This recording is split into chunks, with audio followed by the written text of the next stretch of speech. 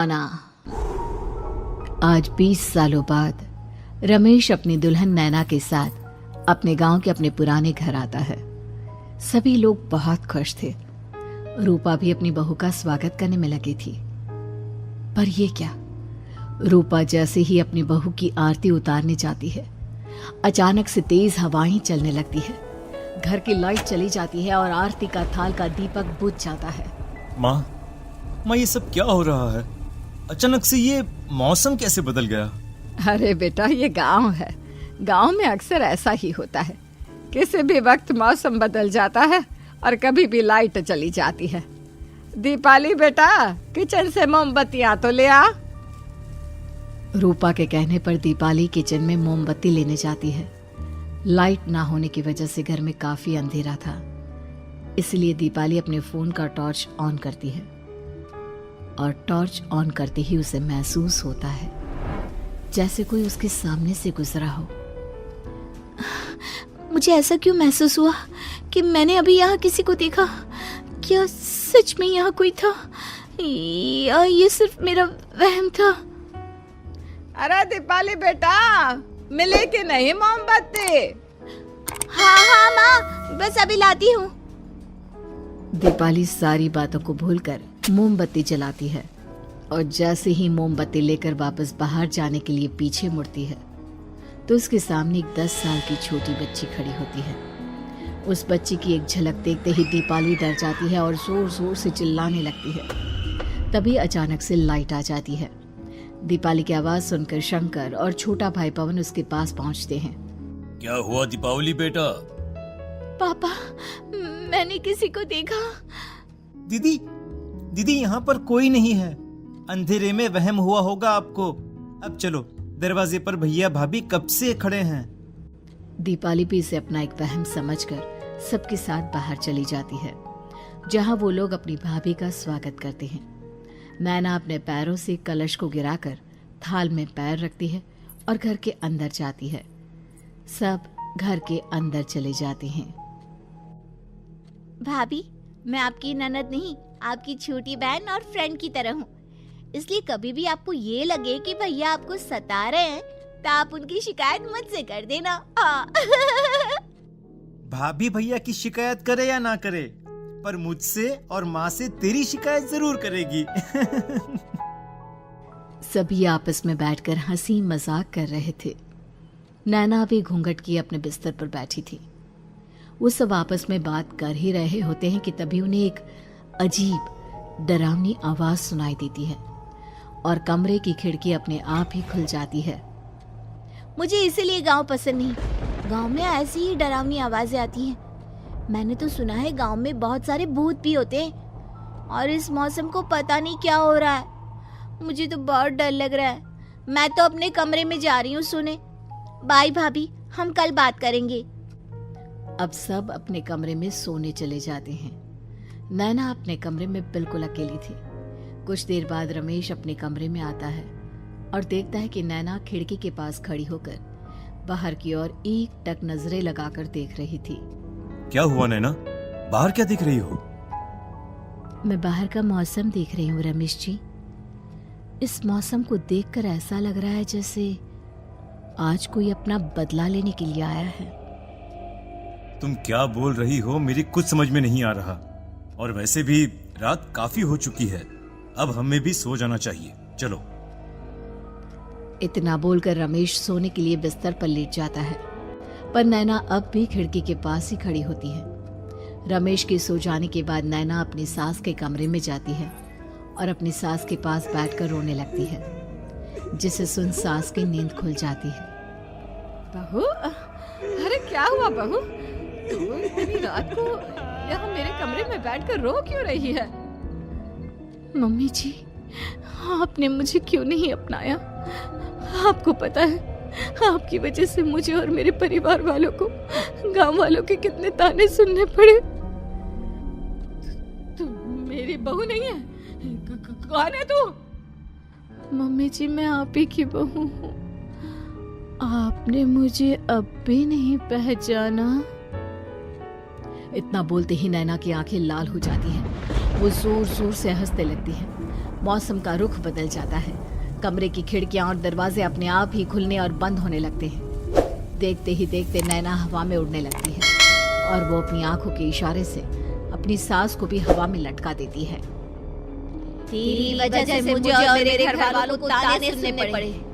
तूने जो पाप किया है, तुझे उस पाप की सजा मिलेगी और अब तेरी इस गलती की सजा तेरा पूरा परिवार भुगतेगा। इस तरह से नैना बड़ी ही बेरहमी से अपनी सास को मार डालती है और आराम से अपने कमरे में जाकर सो जाती है। अगली सुबह जब घर वालों को कमरे में रूपा की लाश मिलती है तो उन लोगों के पैरों तले जमीन खिसक जाती है। कल तक माँ बिल्कुल ठीक थी, फिर अचानक ऐसा क्या हुआ रात को कि माँ हम सबको छोड़कर चली गई। सारी गलती मेरी है। बेटे की शादी की खुशी में मैं ही रात को घर वापस नहीं आया और चला गया अपने गांव के दोस्तों से मिलने।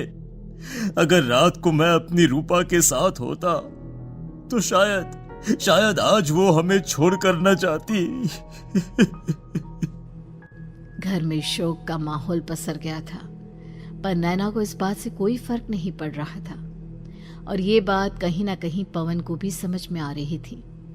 अब ऐसे ही कुछ दिन बीतते हैं और 1 महीने के अंदर ही अंदर शंकर की भी मौत हो जाती है।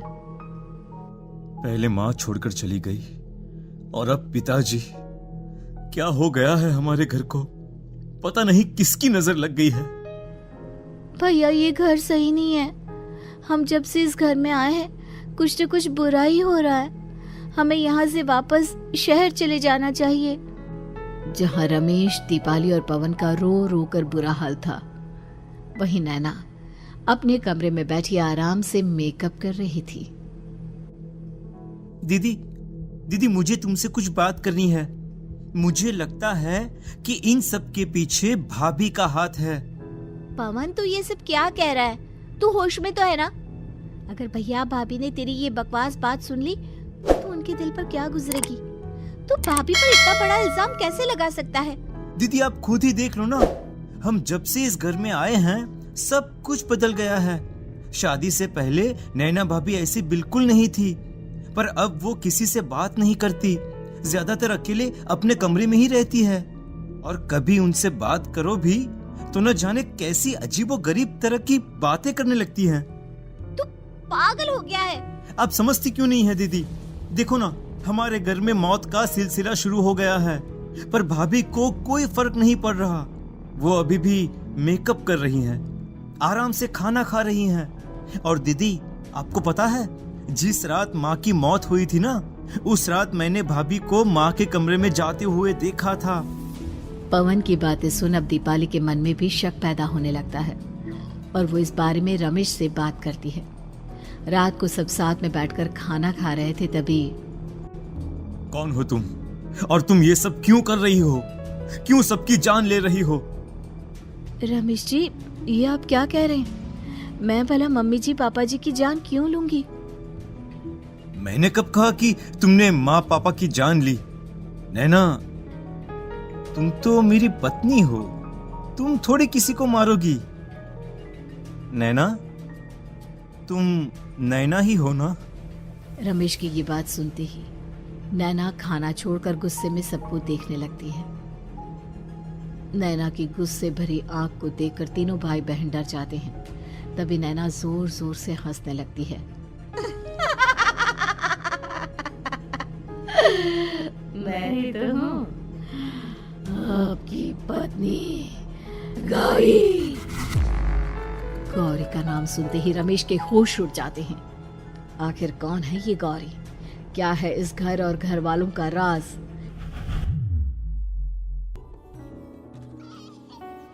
हमारे दोनों बच्चे एक साथ कितने अच्छे लग रहे हैं ना? हाँ, कितने अच्छे दोस्त हैं दोनों।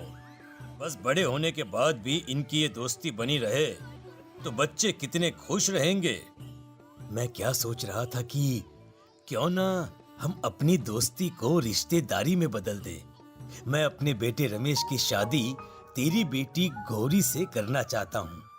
इस तरह हमारे बच्चे भी हमेशा साथ रहेंगे और हमारी दोस्ती भी रिश्तेदारी में बदल जाएगी। शंकर की इस बात से उसके दोस्त को बहुत अच्छा लगता है और वो अपनी बेटी की शादी रमेश से करवाने के लिए तैयार हो जाता है। बहुत जल्द दोनों परिवार मिलकर बचपन में ही रमेश और गौरी की शादी करा देते हैं। अरे शंकर, अपने बच्चों की शादी करवा कर हमने अपनी दोस्ती को रिश्तेदारी में बदल तो लिया, पर मैं चाहता हूं कि अपनी गौरी का गौना 2 साल बाद करूं, ताकि वो थोड़ी समझदार हो जाए। अरे हाँ हाँ दोस्त, बिल्कुल, हमें कोई दिक्कत नहीं है। इसी तरह समय बीतने लगता है। समय के साथ शंकर का कारोबार तरक्की पकड़ लेता है और 2 साल बाद शंकर अपने पूरे परिवार के साथ शहर में शिफ्ट होने की तैयारी कर लेता है। जब यह खबर उसके दोस्त को पता चलती है तो वो शंकर से बात करने उसके घर जाता है। शंकर, 2 साल पूरे हो चुके हैं और अब तू शहर भी जाने वाला है। मैं सोच रहा था कि तेरे शहर जाने से पहले गौरी का गौना कर दूं, ताकि तू अपनी बहू को अपने साथ लेकर जा सके। ये तू कैसी बातें कर रहा है? रिश्तेदारी बराबरी वालों से होती है, और वैसे भी अब मेरा बेटा या मेरा परिवार कोई भी इस रिश्ते को नहीं मानता। ये तू कैसी बातें कर रहा है दोस्त? जब हमने अपने बच्चों की शादी करवाई थी तब हम दोनों ही एक बराबर थे। पिछले 2 साल में तेरा कारोबार थोड़ा सा अच्छा क्या चल गया तो पुराने रिश्ते ही तोड़ देगा। देख भाई, ऐसा मत कर। अगर तूने मेरी बेटी को अपनी बहू के रूप में नहीं अपनाया तो कोई भी मेरी बच्ची से शादी नहीं करेगा। अरे उसकी जिंदगी बर्बाद हो जाएगी। यार देख, वैसे भी बाल विवाह तो कानून मान्यता नहीं देता, फिर मैं कैसे दे दूं? तू अपनी बेटी के बड़े होने पर उसकी शादी किसी दूसरे लड़के से करवा देना। वैसे भी तब तक ना उसे और ना ही गांव वालों को ये बात याद रहेगी। मेरे बेटे को बख्श दे मेरे भाई। इस तरह से शंकर अपने दोस्त के परिवार और गौरी को गांव वालों के ताने सुनने और जिल्लत से भरी जिंदगी जीने के लिए छोड़ अपने परिवार वालों के साथ शहर चला जाता है। अरे इनकी गौरी में ही कोई दोष होगा, तभी तो लड़के वालों ने इनकी बेटी को अपनी बहू के रूप में नहीं अपनाया और उसको यहाँ छोड़कर शहर चले गए। अब कौन थामेगा ऐसी लड़की का हाथ? अरे पता नहीं कैसा आदमी है जो गांव वालों के इतने ताने सुनकर भी सर उठाकर गांव में चल रहा है। अरे अगर मेरी बेटी के साथ ऐसा हुआ होता ना तो मैं तो शर्म के मारे मर ही जाता। हाँ, दिन रात लोगों की नजरों में अपने लिए ग्रहण देख और सबके ताने सुन सुन अब गौरी के पिता हिम्मत हारने लगते हैं और एक रात गौरी के माता पिता खुदकुशी कर लेते हैं। ये सदमा गौरी भी सहन नहीं कर पाती और उसकी भी मृत्यु हो जाती है। तुम्हारे परिवार की वजह से हम लोगों ने अपनी इज्जत और जान गंवाई। इसका बदला तो तुम्हें चुकाना पड़ेगा, वो भी अपनी जान देकर। हंसते हुए अब नैना हवा में उड़ने लगती है। नैना अब पूरी तरह से बदल चुकी थी। गौरी की आत्मा उसके शरीर पर हावी हो चुकी थी। उसकी आंखें सफेद, पैर उल्टे, चेहरा काला और बाल बिखर गए थे। अब गौरी अपनी शैतानी शक्तियों से घर के हर कोने को अपने काबू में कर लेती है और सीधी दीवार पर जाकर चिपक जाती है। मुझे अपना बदला चाहिए। बदला लूंगी मैं तुम सबको खत्म कर दूंगी। गौरी इतनी तेज चिल्ला रही होती है कि उसकी आवाज से घर के सारे कांच टूट जाते हैं। सामान इधर उधर गिरने लगता है और ये सब देखकर तीनों भाई बहन के होश उड़ जाते हैं। बचाओ, भागो भागो। उन तीनों को अपनी जान बचाने के लिए यहाँ से वहां भागता देख गौरी जोर जोर से हंसने लगती है।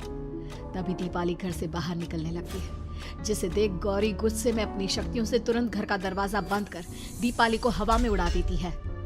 बाहर भागी, मुझसे बचकर भागना चाहती है? कोई नहीं बचेगा, आज तुम सब मरने वाले हो। अचानक घर में भूतिया आवाजें गूंजने लगती है, तेज हवाएं चलने लगती हैं।